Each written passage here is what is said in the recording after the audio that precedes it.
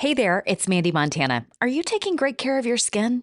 You know I use great products. I take my vitamins and I drink plenty of water, but I could be better about applying sunscreen daily and making sure my skin is protected against premature aging. What about you? Well, I've got great news. I have a solution. It's the new Premium Diamond Glow Treatment at Hand and Stone Massage and Facial Spa in Tyler. I love it. I went recently and it exfoliates and hydrates your skin at the same time. Amazing, right? My skin feels so soft and silky after. You have to try it. If you've never had a facial before, they have different options at Hand and Stone, like hydrating and brightening. But if you're struggling with dark spots, hyperpigmentation, sun damage, sallow skin, enlarged pores, or maybe oily skin, this is the treatment for you. If you want your skin to glow and look and feel amazing, book the Diamond Glow. Schedule now by visiting Hand and Stone Massage and Facial Spa in the Cumberland Shopping Center in Tyler or online at handandstonetyler.com. Welcome to the Celebrating Women podcast, hosted by Mandee Montana. A podcast that celebrates women, their stories, their struggles, and ability to overcome. Conversations that celebrate their gifts, their talents, and courage. It's the Celebrating Women podcast. Presented by Hand and Stone Massage and Facial Spa in Tyler, Texas. With over 20 massage therapists and 6 estheticians, certified and trained in multiple protocols, you can get an affordable massage or facial located right here in the East Texas area. Book your appointment today. Stop by the spa in the Cumberland Shopping Center in Tyler or online at handandstonetyler.com. Welcome back to the Celebrating Women podcast. I'm Mandee Montana with Rev Karn. That's right. So as Ashley is pursuing Lipedema Mamas a little bit more, we are sort of rotating co-hosts here at Celebrating Women, and I'm so thrilled to have Rev Karn, Kimberly, here with me. We've had you on before, a couple different episodes, but do you want to kind of tell a little bit about yourself as we dive into our topic today? Sure. So other than being a pastor, which is I love and I do that, I am a person, and a lot of people don't understand that. And so I love hanging out with friends. I'm a big foodie. I love to travel. I do CrossFit. Have to put that in there. And then I have a dog named Summit who I love. And so I just pretty much, try to do whatever I can to live this life that I've been blessed to give. You love music? I do love music. I absolutely love music. And if you were to listen to my liked song playlist on Spotify, you would probably wonder if I was a bipolar schizophrenic or something like that, because I love all types of genres of music. It just depends on my mood and how I'm feeling that day. So everything from Ed Sheeran to Snoop Dogg. So there you go. Well, I can relate. Yeah, absolutely. Absolutely. Absolutely. So we recently traveled together to the big city of Fort Worth, Texas to see Justin Timberlake in concert. We did. And we planned this back in like January before we were even really like good friends. It's a true story. I think we were at Torchy's having drinks, getting to know each other, and I can't remember which one of us noticed that Justin Timberlake was going to be in town, or it could have been our friend Chelsea. But the three of us were having drinks, and then we were like, we should all go. Absolutely. When do tickets go on sale? Absolutely. And Chelsea was like, I have a Capital One card. I get early whatever. Yeah. And so then she was kind of like, I'm not really a big fan. She was like, I'll go stay at the spa, but I can get you guys tickets. And we were like, whatever, we'll figure it out later. So back in, January, we bought these tickets and it's been on my calendar ever since. And then all of a sudden, June 4th was here. Yeah. And we were traveling to Fort Worth. Yeah. And I happened to get a great deal at an amazing hotel in Fort Worth because I had some Marriott points stacked up. And so we stayed at the Drover. Yes. Which I had always wanted to stay at. And it just happened that there was like a deal on points. And I was like, we should do this. And so it's like this really sort of iconic Fort Worth hotel. If you've never been to Fort Worth, it's near the Stockyards. It's like 4 miles from where Justin was playing at Dickies Arena. And it's like total Texas, like cowboy hotel. There's all kinds of references to cowboys and westerns, and I don't know, there's boots and cowboy hats, and I know. You walk in and it smells like leather and bad decisions. It's so much fun. It does. There's a lovely bar, there's a lovely restaurant, and there's a fabulous pool that we got to take in the next morning. Yes, it was so nice, and the rooms were nice. It was one of those hotels where you walk in and you go, yeah, I can't afford this, but I'm really glad I'm here. Like, Yes. Yes. It was just one of those like serendipitous moments. And why not? You know, I know. occasionally when you get that opportunity, why not seize it? I mean, who knows if I'm going to get another opportunity to stay there. And so, yeah, and the food was incredible. It really The was. next morning we had brunch. Yeah. So good. The people were so nice. yeah, the service was outstanding. It was, yes, it was incredible. It was a lot of fun. I wish I could go to that area on like a weekend to like see, like to have more time to like see the shops and to see the stockyards. And that was my first time ever to Fort Worth. So, Yeah. but it was a good taste of what's to come. So Yeah. that was a lot of fun. It took us was. forever to get there. It did. You know, sometimes traveling west on I-20 can just be brutal. It's awful. And I think it was the time of day traffic situation. But you know what? We had great conversation on the way up. We listened to great music. Yeah. Yeah, Had we some did. good in and out. Yeah, we did. It was good in and out. And then that night, that's probably one of the better concerts I've ever been to. Yeah. Hands down. He puts on an incredible show. The pre-show itself. Yeah, it was. Like the DJ so they, instead of having an opening act, he had a DJ. He was art.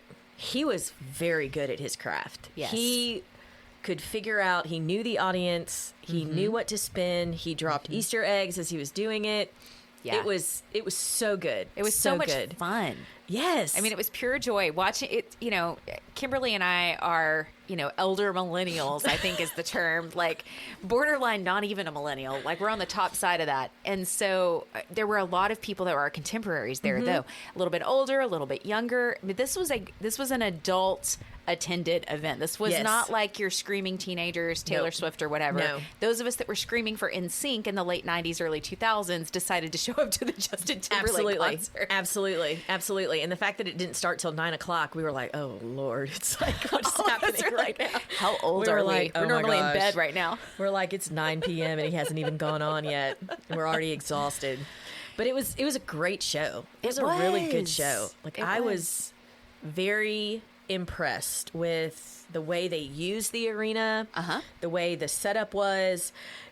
I think I have like one complaint, and that was only that like some of his graphics on the screen were so intricate and they muddled him. Like you could not see him on the screens. It was kind of muddled. Like It was like an artistic sort of representation of him. Yeah, and like graphics. Almost. I'm one of those people that's like, I mean, you're enough. You know, I mean, like you look just fine up there on the screen by yourself, so you don't need any artistic like filtering. But it was a really good concert. I'm so glad I went. I would go again in Dallas. I would too. I think December is his date in Dallas. And the cool thing about Fort Worth is that arena is a little bit smaller. I think it's about half the size of American Airlines Center. Oh. And so you're kind of close. Mm-hmm.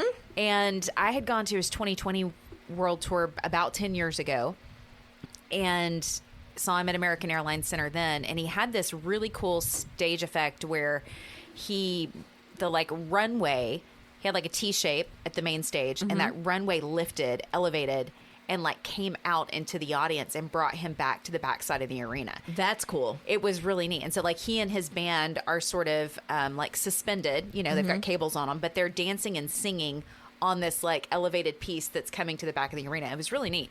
Well, this time he didn't have that type of mechanism, but he did actually come down onto the floor. Yes. With dancers and musicians, and they came down to an elevated stage where the DJ had been at the beginning of the show, or prior to his show, and performed down there. And so that was near where we were sitting. And so it was great. We got to see him up close. We got some great pictures. That's kind of where he did his like, I don't want to call it an acoustic set. He did like 3 songs with his guitar, but one of them was his new one, Selfish, which is a great song. But it's just so fun. Like I'm watching back the videos and you can hear myself singing and I'm like, oh girl, okay. Just let that to the professionals. It was a fun show. So much fun. It was like a great big party, and it really was. It was a huge party, and it was a bunch of people who were just having fun. Like the women around us were just, I mean, we have no kids. We've had a little bit of alcohol. Let's go. Right. I mean, it was a lot of fun. And so yeah, I would definitely go back. The coolest though, so the whole time, so Mandee has a background in like concerts and stuff like that, and like radio and everything. And at the very beginning, there was this piece of his like backdrop that like would come out, and it kind of sort of reminded me of in the Olympics a few years ago. There was like the water. It looked like it was a big square, and it looked like it had water in it. It reminded me of that. It would like come out, and it was like 3D, and it would come out, and it would like spin a big around. video, not cube, but it's like a rectangle, like a big box. Yes, like a big box with like video screens all over it. And Mandee said, I bet he's going to get on that by the end of the show. And I was like, you think? And so he's doing it, and it's moving, and it has all these videos on it and stuff like that. And I'm like, I don't know. He comes out and he does his set up front, and then he closes with one of his songs or something like that. And then I was like, wait a second, he didn't do like Mirrors, which is one of his biggest things. And I was like, okay, so obviously he's going to have an encore because it's Justin Timberlake. So if we stay in here long enough and scream, like he'll come back on stage. And a second time in the concert, Mandee was like, I bet he gets on that. And I was like, eh. And so, but sure enough, it goes dark, the lights come back on, and he is on that box, and it is like rotating out like amongst the crowd, and he's like hooked in. And I was like, you were right, you were totally right. And he sings Mirrors, and it was so good. It was just a great way to end the show. It was fun. I mean, I don't know that I could have. Obviously, he's done this many times, and he trusts his road crew, and I'm sure they've gone through every single scenario. But that box was moving. Oh, it was tilted at a 45 degree angle. And then it tilted down at a 45 degree angle. And he's just like hanging off the end of it, like leading it, holding the microphone. Like he doesn't even have like a Britney Spears microphone. He's got like a headpiece. He's holding a microphone. And I was like, dude, like talk about that takes a lot of talent to be able to do that. And so, and then he had dance the whole time. And I mean, it was a really good show. I'm glad I went. Thank you for going with me. That was a lot of fun. Oh, my pleasure. I love it. I thought it was so fun. And here in the studio, we've mentioned this before, but we actually have NSYNC posters up. I know. We've been fans for a lot of years. We were excited when the A Better Place debuted back in the fall. Ashley and I did an episode on like our excitement around that, of having the first NSYNC song in like 20 years. And I mean, there's been rumors of a tour. And I read recently, I'll have to look up the article to verify. So this is just, this could be a little bit of gossip. But I read that they are actually tour shopping with different like tour companies to book it, because they're going to have, I mean, can you imagine the amount of millennials that are going to show up for this, and probably be bringing some of their children with them, I would imagine. I mean, this would be a massive tour. It reminds me a little bit of like when Garth Brooks decided he was going to tour again. Yep. And he like smashed all kinds of records and sold out like 8 nights in New York and Dallas. I mean, he was doing 2 shows a night in Dallas at AAC. I'm sure it was similar in Nashville when you were there. Yeah. I mean, it was wild. Well, yeah, it was kind of like, and I wonder if they would do multiple shows, like if they would do 2 nights in a row or something like that. I feel, especially if they got somebody to go on tour with them. Yeah. Depending on who they got to go on tour with them. Wouldn't it be wild if they could convince Backstreet? I don't know. They've been doing a lot of stuff together on Instagram. Like Chris Kirkpatrick and AJ McLean have been doing a lot of stuff, and Joey Fatone. And I think it's possible. I think it's possible. Now, I'm going to say something a little provocative. Okay. I think he could, because I think he really appreciates and knows that those 4 guys got him to where he is today. The Justin factor. Like, he is more of a celebrity than the other 4 are. Like, the other 4 have all been on, like, Dancing with the Stars, right? Yeah. Justin's like, I don't need that. But, like, I don't know. That could be a dynamic. And I hope that it's not. Because, like, none of the Backstreet Boys have really gone out on their own and made a bunch of money. Justin just filled Dickies Arena. Yeah. I mean, so I just wonder what that dynamic would look like. I would hope it would be okay. I like to think that he's a person that's like, I could go back out on tour with the guys. That would be a lot of fun. The interviews that I've seen, there seems to be a group text from what I've heard the guys talk about. So Lance Bass actually has a podcast. about boy bands. Yes. Called Frosted Tips. Which is hysterical. It's hysterical. And it is hilarious. If you are a fan of boy bands, you should really listen to this podcast. He's so funny. It's so funny. His husband Michael is on it with him. Some of the first episodes, he actually had JC on. He's had AJ McLean on. He's had some of the guys from New Kids on the Block on. I mean, Joey came on and guest hosted with him for some of them. Like, it's fun. If you followed these guys and you were watching like all the videos, the VHS tapes of like behind the music with the bands and TRL and all that. Yep. If you were obsessed like I was, this feels like that. And it's so nostalgic and fun. And they even go through and do like, sometimes they'll do a questionnaire of like what they were asked from Teen Magazine back in the day to see if the answers are still the same. Yes. It's hilarious. My favorite is when they're like, what kind of underwear do you wear? And he's like, you care. Like at the age of that I'm at now, I'm like, I don't really care. But back then I was like, oh my God, he's a boxer brief guy. Right, like it was right. like it made him like, anyway, it was so funny. Yeah. His favorite color is blue. So is mine, even though it's not. Like, I mean, it's just so funny how, but these people have like real lives and they have kids and it's so funny. And what's funny is when you talk to them, they're like, yeah, my kids hate my music. They're like, they can't stand it. They're like, Dad. They're like, right. I can't hear I Want It That Way one more time. And I'm like, play it every day. But it's so fun because it humanizes them, right? It makes them Absolutely. so relatable where, you know, when we were teens and they were touring, they were like on this whole other level. They're like in the atmosphere. Like, you can't get close to them. You can't reach them. And it was before the days of like, what am I trying to think of? TMZ. It was before those days where like before Reddit, before Page Six. You didn't really know about what was actually happening behind the scenes and on the band bus and with the girls or not with the girls. All your news from like Teen Magazine and Carson Daly on TRL. Carson Daly was like he knew everything, and every day at 2:30 p.m. I was watching MTV, watching TRL, and it was like, this is like, some days I think, wow, what if my life was that simple again? Like, and I thought my life was so hard. I had so many hard things. Anyway, but we all did. And the world revolved completely around us and as teens. I mean, that's true. The life of a teenager. But it's true. It was such a fun weekend with you because we not only got to have that fun experience with music, but then driving home, we opened up a conversation that it made the drive like go like that. Like I felt like it was a 5-minute drive. We didn't even have to stop.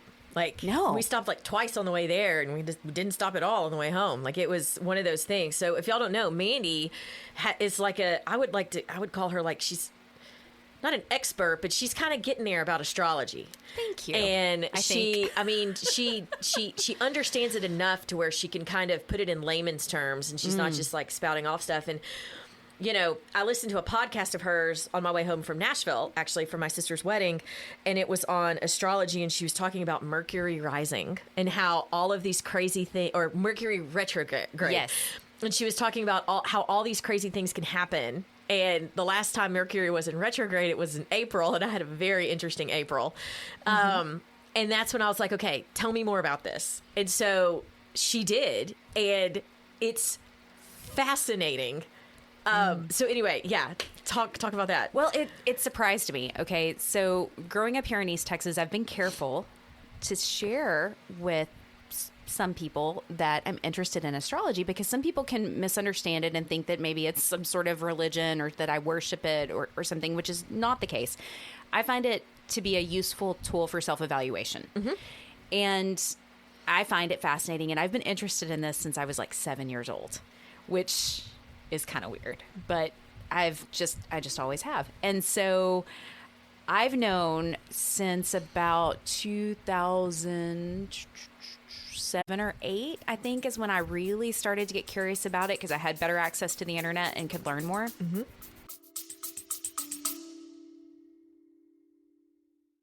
Hey friends, it's Mandee. Have you ever wished for a protein drink that's light, refreshing, and crystal clear?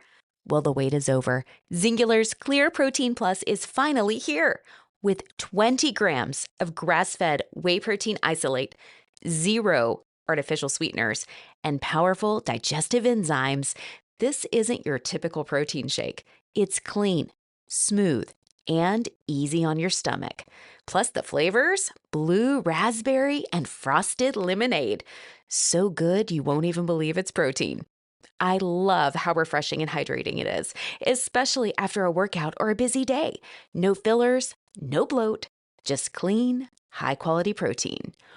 Want to be one of the first to try it? Order now by clicking the link in show notes. Zing with Mandee. Subscribe and save to snag 10% off on this and all future subscription orders. Plus, use my code ZINGWITHMANDEE, all one word, to save $10 off your first order. It's all in the show notes. That's Zing with Mandee, XYNGWITHMANDEE. Zing with Mandee to save $10 off your first order. Click the link in show notes. Don't miss out on hitting those daily protein goals. The future of protein is clear. I started learning that there's more to it than just your sun sign. So when you tell somebody, when they're like, oh, we're going to look at our horoscope, and you start looking it up, you're typically going to look up your sun sign. So like for me, I was born in September, so I'm a Virgo. Mm-hmm. Kimberly is an Aries. Very much so. I'm kind of an odd Virgo, so I don't necessarily come across as a Virgo when you first meet me. And what I learned about astrology back at this time when I was first digging into it is that it's really multifaceted. There's a whole lot more happening than just where the sun was when you were born. So you look at the placement of the sun, where it was actually at the time of your birth, where the moon was, where the various planets were, and they can be in various astrological signs, and they can be in various houses. And I'm not going to break down all of the details of all of this for you guys because I'm not quite an expert. I've taken a course on it. And like I said, I've been interested in reading about it for years. But Kimberly starts asking me questions, and I was like, well, we can look it up. Like, I can pull up your chart on this website for free. So she pulls out her computer, jumps on a hotspot, driving down the road. She was like, where were you born? What's the zip code? What's the minute down to the second you were born? And she plugs it all in, and it produces this report. And I'm sitting there trying to like keep it all straight. But as she is reading these things, y'all, it was like, it was like somebody who had known me forever. And I was just like, oh my God, that's so true. Oh my gosh. And Mandee's really hasn't even really known me a year. We have not known. I think we met each other fall at Junior League? October, I think. Yeah, I think that's right. Junior League meeting.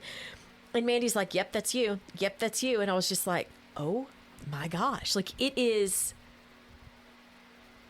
scarily true. Yes. In a good way. Yeah. And the interesting thing is, so when you start reading about your sun sign, like, I would say Kimberly is definitely like, she definitely comes across as an Aries once you get to know her. But when you first meet her, like when I first met you at that Junior League meeting, I didn't immediately go, oh, she's fiery. Because you were pretty subtle the way you introduced yourself. And she actually saw me putting a trim sticks in my water is what was happening, or maybe a vodka soda. I mean, actually, whichever. If I'm being honest. Yeah, probably so. Sometimes we need to have a drink at Junior League meetings. It's totally fine. So she's like, what is that? And so we started this conversation. I was like, well, who are you? What are you about? And it was very like relaxed. Mm-hmm.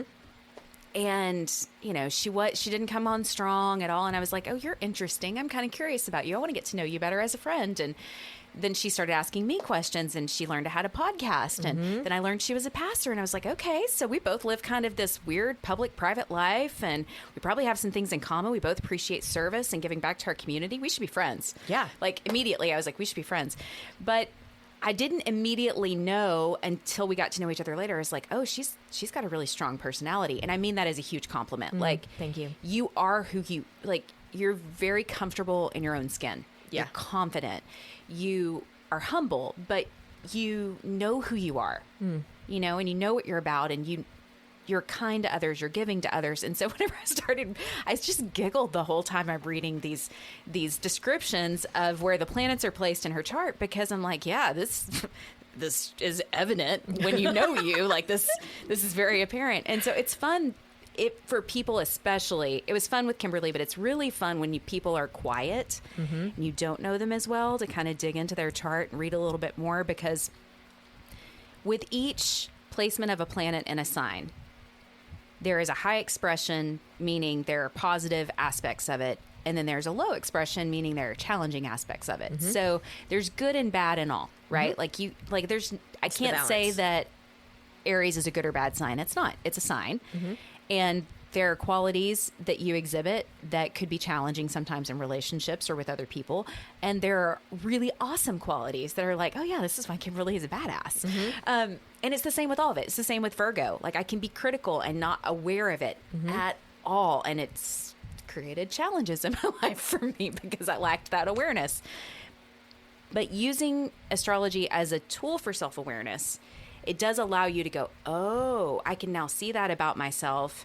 And I can choose whether or not I want to lean into the positive aspects or if maybe I'm weak one day, I might fall into these negative aspects. Yeah. And I think that's really like part of it. So like whatever tool we use to understand ourselves, if it's psychotherapy, if it's psychoanalysis, if it's the Enneagram, it's the Myers-Briggs, if it's astrology, whatever it is, if it's, strength signs or spiritual, whatever, you have to realize that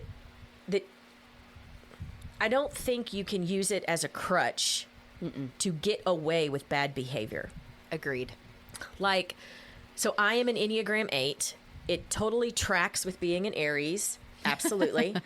And I know that I can come off, I have a very strong personality. I can be a lot for some people, which is why I have learned, especially in my profession, like to kind of couch myself a little bit until people really do get to know me and I know it's a safe place to be who I am. But also, like, I can come across as like very confrontational because I'm not afraid of conflict, and I have a snark and a wit that can be very cutting. And if you don't know me well, that can come across as mean. And I never want to come across as mean or that I'm challenging people or always confronting people. And so I've done a lot of self-work in trying not to do that.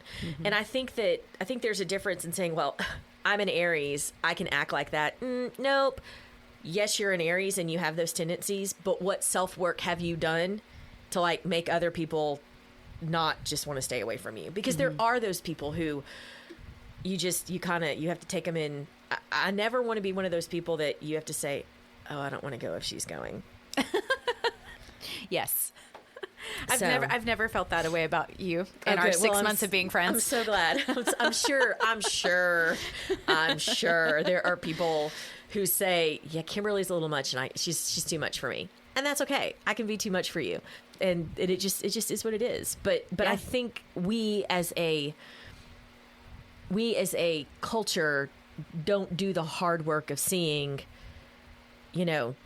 how can we live into these positives and maybe not just let the negatives, override everything. So when I first started learning about my chart, I sort of had an awareness of people's sun signs pretty easily, just because I'd been paying attention for so long. Knowing that I was a Virgo, I knew that like I get along really well with other earth signs and other water signs. But I didn't really understand that there are some traits about Virgo that I lean into, but then there are these other pieces of me that I'm like, that's not very Virgo. And so I started digging a little bit deeper, and there's really 3 main components to your chart. There's a lot, but like if you're just a basic understanding surface level, there's your sun sign, which is what you probably know, your moon sign, and your rising sign. So your sun sign is like your overall personality, like it kind of a total encompass of who you are, like kind of like your ego. And then your moon sign is more like the id or your shadow side, your internal world. And then your rising sign is like a mask that you put on. It's that initial first impression that you make, a persona, if you will, to like perfect strangers. So for me, I have Virgo as kind of my personality or my sun sign. I have a Scorpio moon, which is really interesting. And then I have a Sagittarius rising. So Sagittarius is like the adventurer and the person that loves to travel and that's like always up for a good time, wants to go explore and play, and is a lot of fun. And it has some other challenging aspects too. But like the Scorpio moon thing really helped me understand some darker aspects of myself that I didn't understand before. I have a tendency, and I've shared a little bit about this on the podcast. I have a tendency to have some deeper mental health issues where I really struggle with how I feel, how I internalize things. I can take a compliment and twist it and make it not a compliment internally. I can misunderstand and misinterpret things and be hard on myself. And I think that has a lot to do with the fact that I have this Scorpio moon. And if I were to go deeper into the placements of where they are in the houses, that affects it too. But I really have to actively seek positivity in my life. And I have to actively seek people who are positive in my life, because if I don't, I can go dark and in a way that is kind of self-destructive. But knowing that, having this tool of self-awareness and having read about, my personality enough to go, oh yeah, that I feel that makes sense for me. I can lean a different direction with it. I can take this and I can do something good with it. I can have empathy for others who feel this way, and I can choose to lean into other aspects of my chart that are more positive and seek out positivity. Absolutely.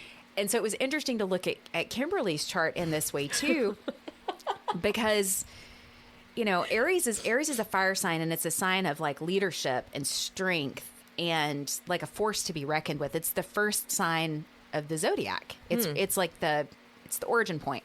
Oh, I didn't know that. You didn't know that? No, I thought it started I just assumed it started with January. Nope. It starts with Aries. Hey, you are the first. So what's interesting is her sun is not only in Aries. Mercury is often also in the same sun sign as your chart, but or as your sun. But Mars is also in Aries, and Mars is the ruling planet of that sign. And so for Kimberly, that just means that it's all amplified. Like all of those attributes of Aries and of Mars, the ruling planet, all of those aspects of leadership and the ability to lean into conflict in a positive way, and to seek and pursue and have purpose, like all of those things, like it's very evident in you when you know you, but it's also very evident in your chart. Oh, yeah. And so when I saw it, I was like, well, this makes sense. Yeah. I think the funny part is like so as she's going through and reading the different things, she was like, so my sun sign is Aries. My moon sign is Virgo. Leo, which is the lion, which is also a fire sign. Also, but then my rising sign is also Virgo. So that's like the little bit of a balance, which is, what Mandee is. But then as she's reading, she's like, oh, your Venus is this and your Jupiter is this. And like more than half of them are like fire signs. And it's like, she was like, I've never seen this many fire signs in one person. And I was like, oh boy. It's a lot. I mean, yes. But and that's not good or bad. It just is. And I have a lot of fire in my chart too. It's just not in my sun or my moon. It's like my Mercury, Venus, and not my Mercury, but my Venus and Mars and Jupiter are all fire. And so is my rising sign. And so I relate and understand, because I have this, it's like a passionate personality. It's a fiery person. It's somebody who wants to get things done and take action and be a force in the world that, again, could be good or bad. Kimberly and I hope that we're a force for good in what we're doing. But it's interesting. And so if you want to look up your chart, you can. There's a website called astro.com. You need to know the date and time that you were born and the city that you were born in. And that's kind of how you look at it. There are free reports that are sort of vague a little bit. You'll learn a little bit. And then there are some reports that you can pay for if you really want to do a deep dive into it, which I've done, and I really have appreciated and learned a lot from that. So if that's something that you see value in, I would suggest you do it. If not, if this is something you're just curious about, keep Googling it, because a lot of people write about this, and it's becoming more and more common, and more people are open to it and less scared of it. So there's lots of blogs, there's lots of astrologers you can follow on Facebook or Instagram. I follow a few of them, and I mostly find it entertaining. It's so funny to me that there are people who, because I do work in the church. I am, a Christian. I, am not apologetic about that at all. And people say, and I was telling them, I was like, my friend Mandee, we did a deep dive on the way back. I found out what my moon sign is and what my rising sign is, and like all these different things. And like, I'm going to get the report, and I might just kind of look into what happens when Mercury is in retrograde to people like me who are so fiery. Like, do I lose my mind a little bit and do things I would never not do, right? And things like that. And so somebody said to me, oh, so you're getting into all that new age stuff. And I was like, no. I'm pretty sure Plato and all of the planet guys, like I'm talking ancient Greeks, ancient Romans who did all that stuff and found all that stuff. If my dates are correct, are not, they're not new age. This is not new stuff. It's not new. Is it science, and is it scientifically based? Absolutely. But then that leads to another conversation of, I believe in science. Like, I am a Christian who believes in science. Like, God orchestrated all of this in my mind. I don't know how it happened, but it did.